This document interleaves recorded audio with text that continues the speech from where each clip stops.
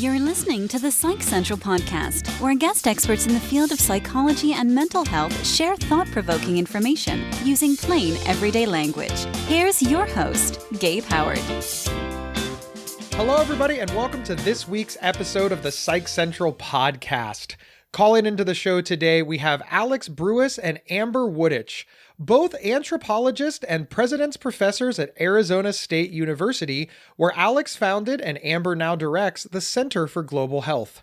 Their most recent book together is Lazy, Crazy, and Disgusting: Stigma and the Undoing of Global Health. Alex and Amber, welcome to the show. Thank you. Thank you.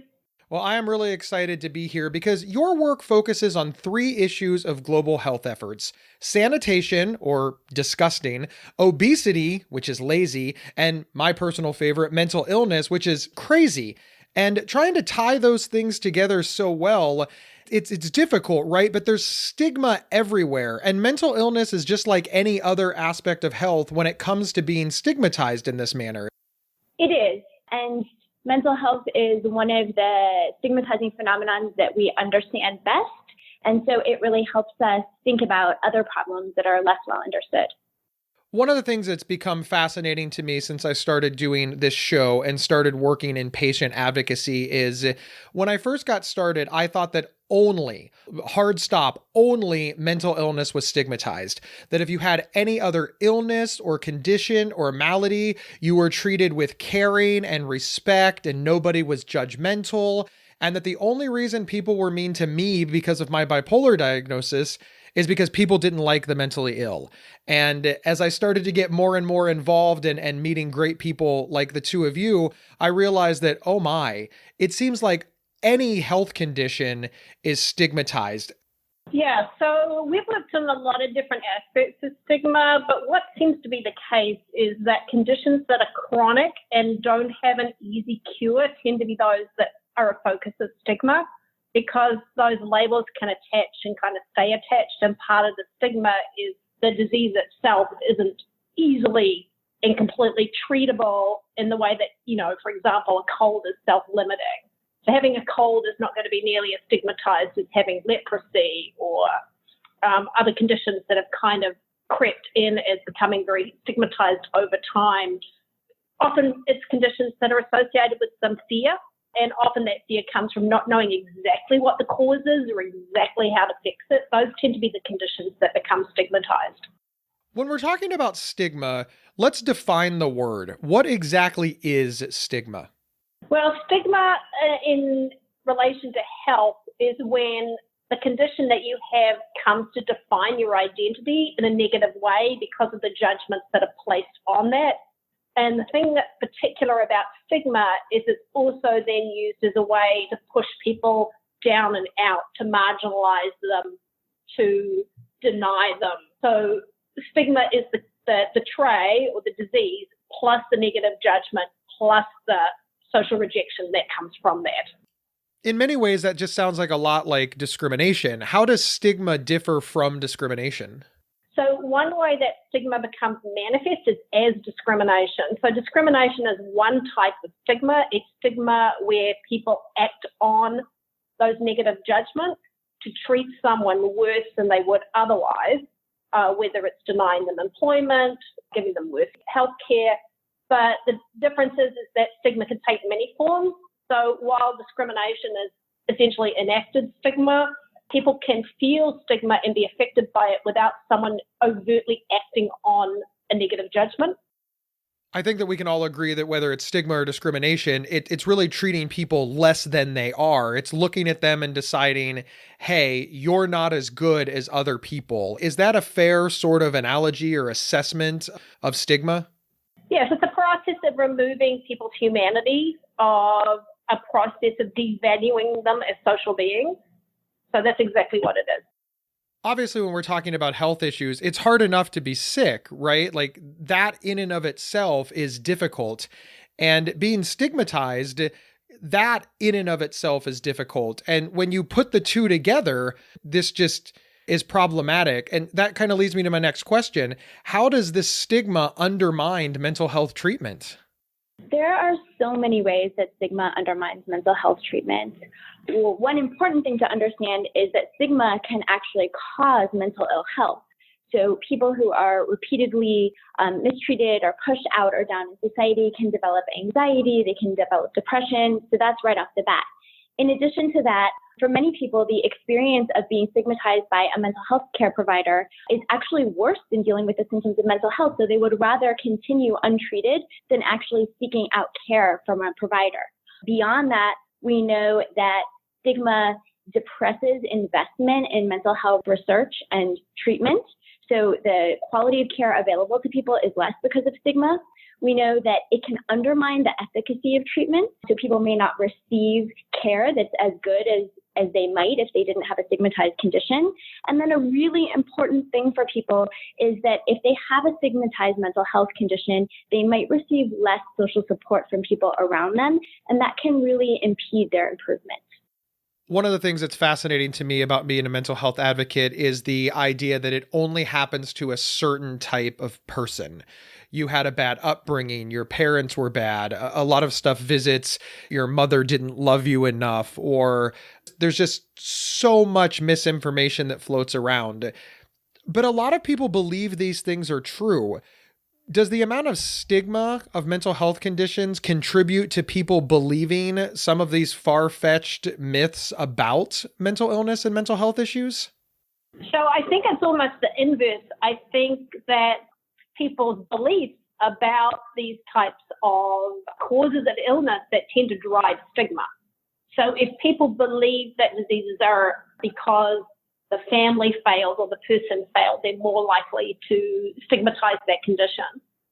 So a good example of that that we're seeing now is rising stigma against obesity, is that when people believe that people gain a lot of weight because of moral failings, like, for example, overweight children, that parents are poor parents, then that actually tends to elevate and set in place more stigma towards the condition.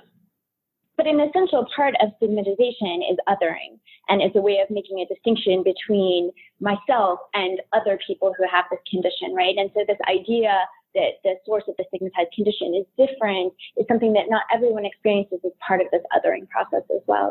One of the things that was fascinating to me in your book, Lazy, Crazy, and Disgusting, is about how health professionals might unwittingly create additional stigma through their efforts to help people. Can you give us an example and talk about that for a moment? Because I think that many people only see health professionals as good and helpful. It's interesting that they can have any negative consequence in the way that they're working. So I just found that utterly fascinating.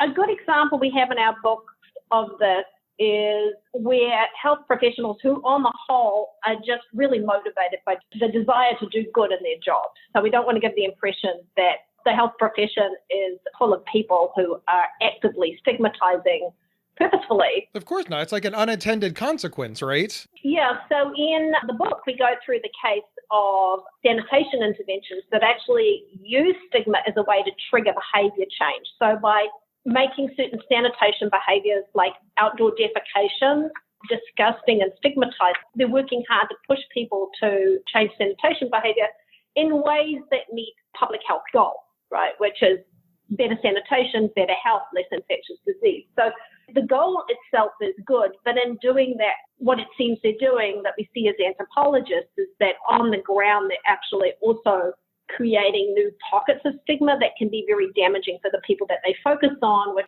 when it comes to sanitation interventions, are the people that can't afford to build toilets, can't afford to buy soap, and the other things now that they're expected to have as a result of the intervention. So I think that's one really good example of how the very best intentions can derail if people don't understand how stigma really works on the ground.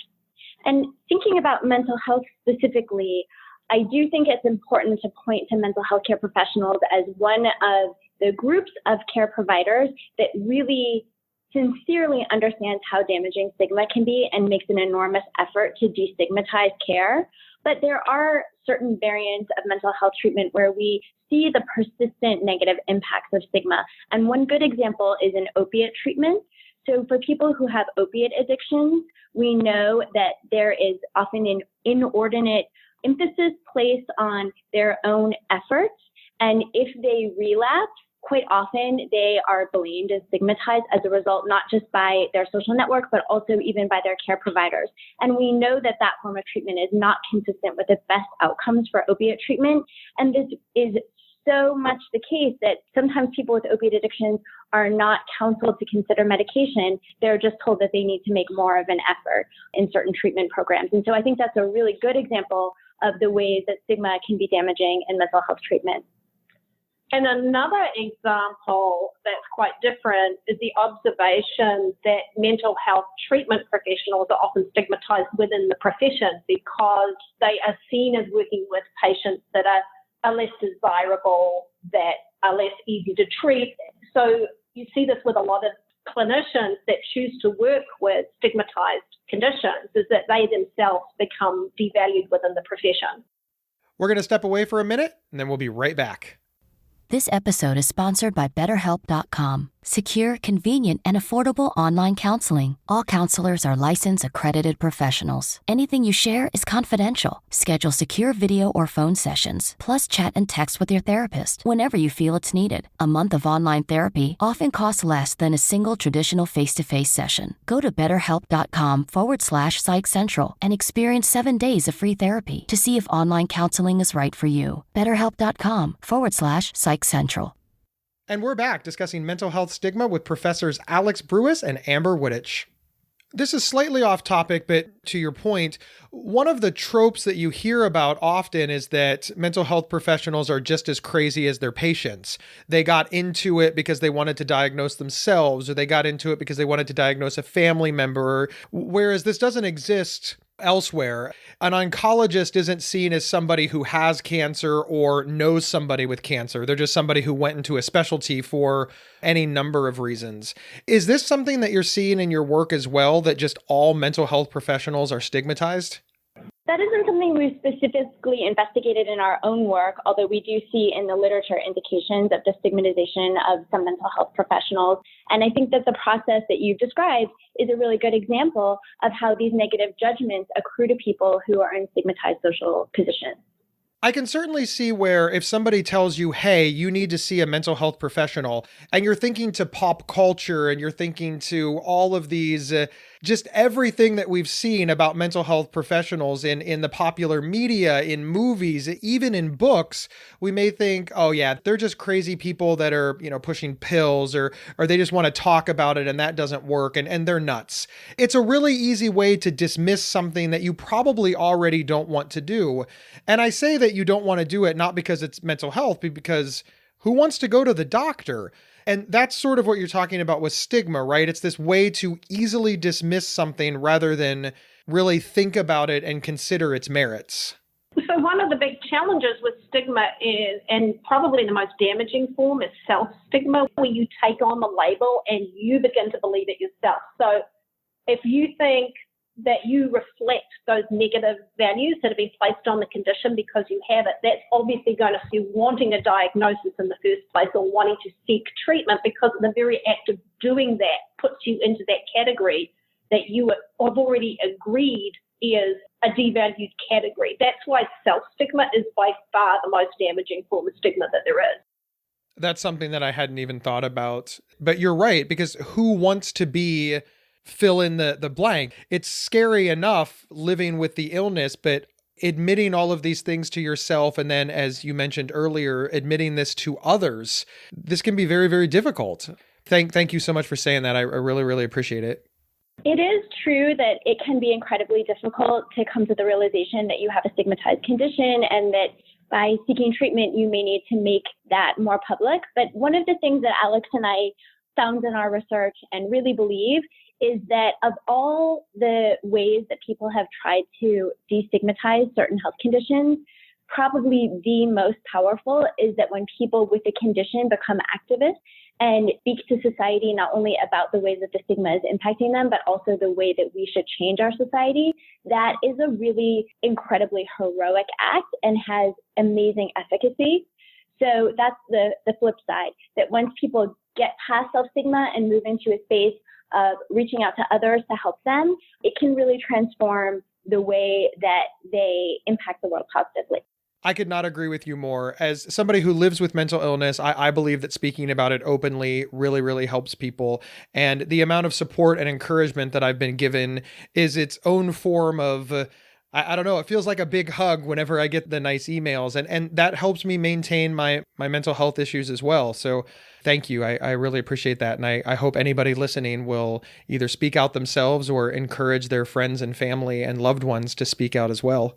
That's true. And this podcast is a great example of a way that you're impacting the very broad discourse around these issues and really helping a lot of people.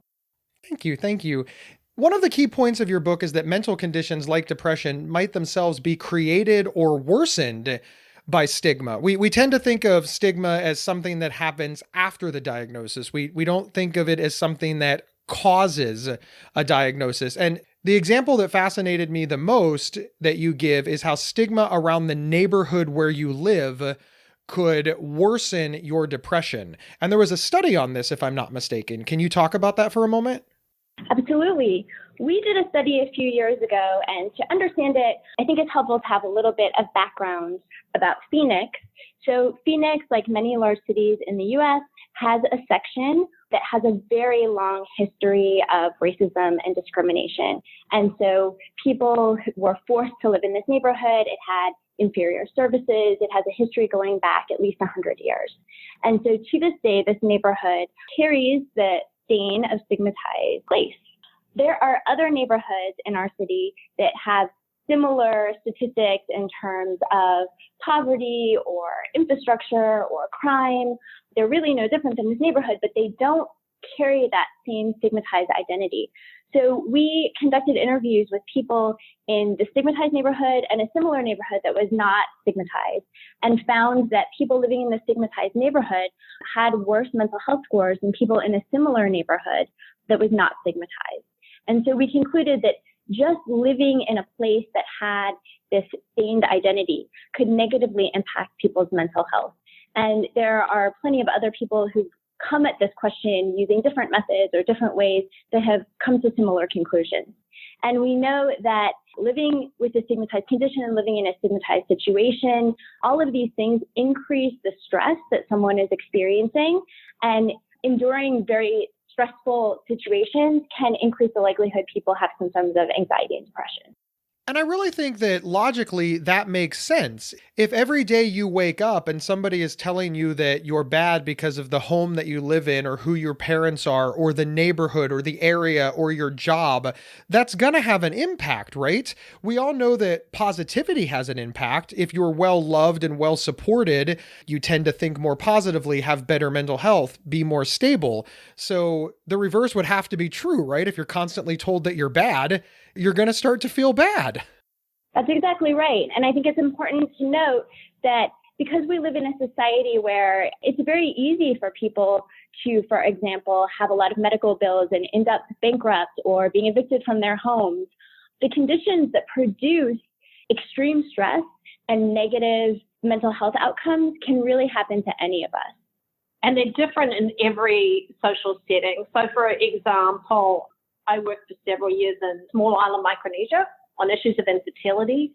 And there it was very, very important to couples to have children, to continue family tradition for inheritance. And you would see that the most distressing, the most depressing social condition that people could have there, above all others, was being unable to have children. So it's very contextual in terms of what is depressing for people around stigma. Tends to be focused on what are the things that society values most. So in some ways, when you look at the pattern of stigma, you actually also see the pattern of stigma and the pattern of depression that comes with that. It really, actually, you can see what society values. So from the perspective of mental health is going to be most challenging in this way when the values that people are aspiring to are things like self-control and some of these other things that are associated with good mental health. I can't thank you both enough for being here. We're almost out of time, but I have one question that I want to ask about your university work. Because one of the things that we hear about so often is that young people are struggling with mental health issues. And you're both professors. You're at one of the largest public universities in the United States. You teach and you mentor a lot of undergraduates. Can you discuss why mental health issues are so prominent on campuses and maybe a little bit about what can be done to assist? Absolutely. Well, if you think about the experience that students in universities today are having, I think it's pretty obvious to everyone why they are experiencing a lot of stress. And many of them have elevated experiences of anxiety and depression. So many of them are living away from home, so they're experiencing a rupture in their social support system. Quite often, they're taking on debt or they're working multiple jobs. So not only do they have financial stresses, but they have very little time to rest. They are probably not participating in healthy eating and exercise the way that they did when they lived at home with their families. And all of these things can contribute to symptoms of anxiety and depression. So when I teach undergraduates fairly early in the class, I usually put up on the board a set of mental health screeners and let them know what the symptoms of increased likelihood of anxiety and depression are, and give them a little lecture about how common and normal it is for people to experience anxiety and depression in college, and let them know that we have free resources and that everybody should establish with a mental health care provider if they are experiencing some of the symptoms of anxiety and depression. So I feel like that's important because, first of all, they may not have been encouraged to seek mental health care in the past. It might be the first time someone's telling them that it's okay to do that. Also, by opening up a discussion in the class, the fact is the rates are very high. Almost always a handful of students will say, yes, I'm experiencing this. Yes, I went to our mental health clinic. This is what it was like. And so it opens up a conversation and really changes people's experience from feeling like it's something they're suffering alone to a shared experience that they can all address and move forward with together. Alex and Amber, thank you so much for all the work that you do. Thank you for being here. How can our listeners find you? We are both on social media in various ways. So we blog at Psychology Today. Our blog's called Diagnosis Human. And we both have websites, alexbrewis.org and amberwutich.org. And we're on Twitter. We are on Twitter. You're more on Twitter than I am. So Wutich and Brewis_Alex on Twitter. Wonderful. And where can folks get your book? Probably the easiest thing is Amazon.com. And our publisher is Johns Hopkins University Press. And if you come to our website, there's a discount code on there for purchasing the book through Johns Hopkins directly. Wonderful. Thank you again so much for being here. And listen up, everybody. Here's what I need you to do wherever you downloaded this podcast. Please use your words and tell people why you liked it. Don't be afraid to share us on social media, email us about, or, print us out on a little placard and walk up and down your street and say, hey, the Psych Central podcast is awesome. And remember, you can get 1 week of free, convenient, affordable, private online counseling anytime, anywhere, simply by visiting betterhelp.com/psychcentral. We will see everybody next week. You've been listening to the Psych Central Podcast. Want your audience to be wowed at your next event? Feature an appearance and live recording of the Psych Central Podcast right from your stage. For more details or to book an event, please email us at show@psychcentral.com. Previous episodes can be found at psychcentral.com/show or on your favorite podcast player. Psych Central is the internet's oldest and largest independent mental health website, run by mental health professionals. Overseen by Dr. John Grohol, Psych Central offers trusted resources and quizzes to help answer your questions about mental health, personality, psychotherapy, and more. Please visit us today at psychcentral.com. To learn more about our host, Gabe Howard, please visit his website at gabehoward.com. Thank you for listening, and please share with your friends, family, and followers.